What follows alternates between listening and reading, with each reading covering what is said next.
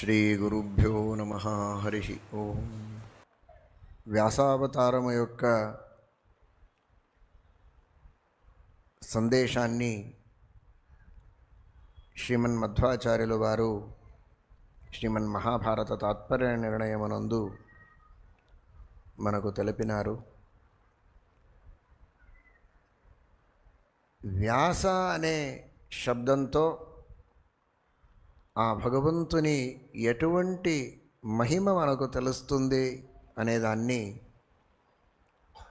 మొదటిగా తెలుసుకోవాలి.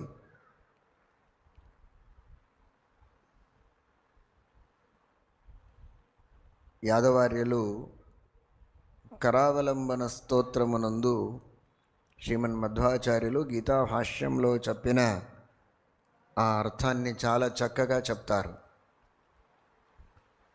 బ్రహ్మాది సర్వ జగత సువిశిష్టతో వి సర్వత్ర సంస్థితి నిమిత్తత ఏవ చాసః వ్యాసస్సహీతి శృతేరితి వ్యాసనామన్ వాసిష్ఠకృష్ణ మమ దేహి కరావలంబం.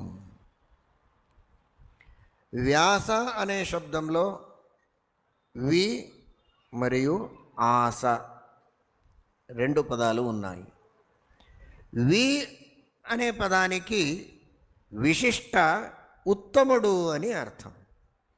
వి అంటే విశిష్టుడు, విశిష్టుడు అంటే విలక్షణుడు, లోకోత్తరుడు, సర్వోత్తముడు అని అర్థం. బ్రహ్మాది సర్వజగతస్సు విశిష్టతః వి. బ్రహ్మాది సకల దేవతల కంటే ఉత్తముడు కావున ఆ భగవంతునికి వి అని అంటారు. ఆస, ఆస అంటే అంతటా భగవంతుడు వ్యాప్తుడై ఉన్నాడు. ఒక చోట ఉన్నాడు, ఒక చోట లేదు. ఒక స్థానమునందు భగవంతుని సన్నిధానం ఉంది, ఒక స్థానమునందు భగవంతుని సన్నిధానము లేదు అని లేదు. ఆస ఎక్కడ చూసినా అక్కడ ఆ భగవంతుని సన్నిధానం ఉంది. సర్వత్ర వ్యాప్తుడై ఉన్నాడు. అందుచేత పరమాత్మునికి ఆస అంటారు. ఎక్కడ కావాలో అక్కడ పరమాత్ముడు అనుగ్రహం చేయడానికి సిద్ధంగా ఉంటాడు. ఎక్కడ కావలసినా అక్కడ వస్తాడు, అక్కడ ఉన్నాడు. మన దుఃఖములను పరిహరించే సామర్థ్యము అతనికి ఉంటుందా? అంతటా ఏదో ఒక ప్రదేశాన ఆ పరమాత్మనికి సామర్థ్యం ఉంటుంది, వేరే ప్రదేశాల్లో భగవంతునికి అటువంటి సామర్థ్యము ఉండదు అని కాదు. వి ఆస ఎక్కడున్నా అక్కడ ఉత్తముడై ఉన్నాడు, సర్వోత్తముడై ఉన్నాడు, సర్వసమర్థుడై ఉన్నాడు. అందుచేత ఆ పరమాత్మునికి వ్యాస అంటారు.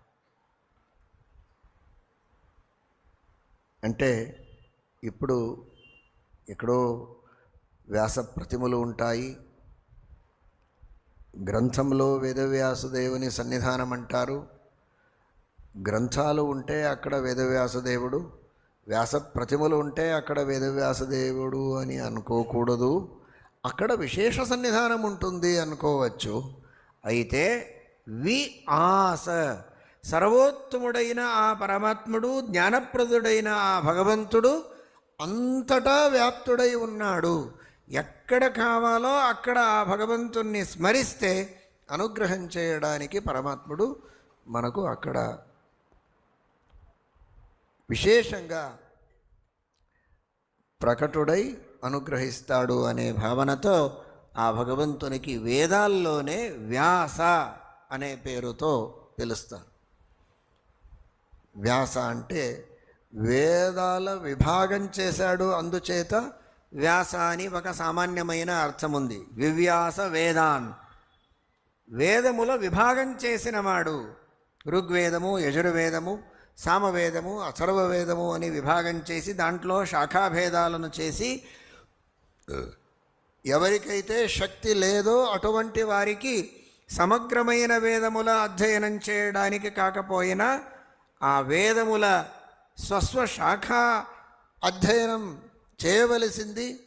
అంత అయినా కనీసం చేయాలి అని చెప్పడానికి వేదముల విభాగం చేసి ఇచ్చినాడు కావున ఆ భగవంతునికి వ్యాస అంటారు. అది ఒక అర్థం ఉంది.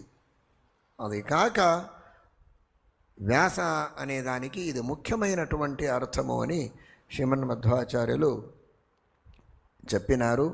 ఆ అర్థాన్ని మనస్సులో పెట్టుకొని అటువంటి ముఖ్యమైన ఆ భగవంతుని మహాత్మ్యాన్ని మనం తెలుసుకోవాలి. జ్ఞానం అంతటా ఆవశ్యకం. మనకు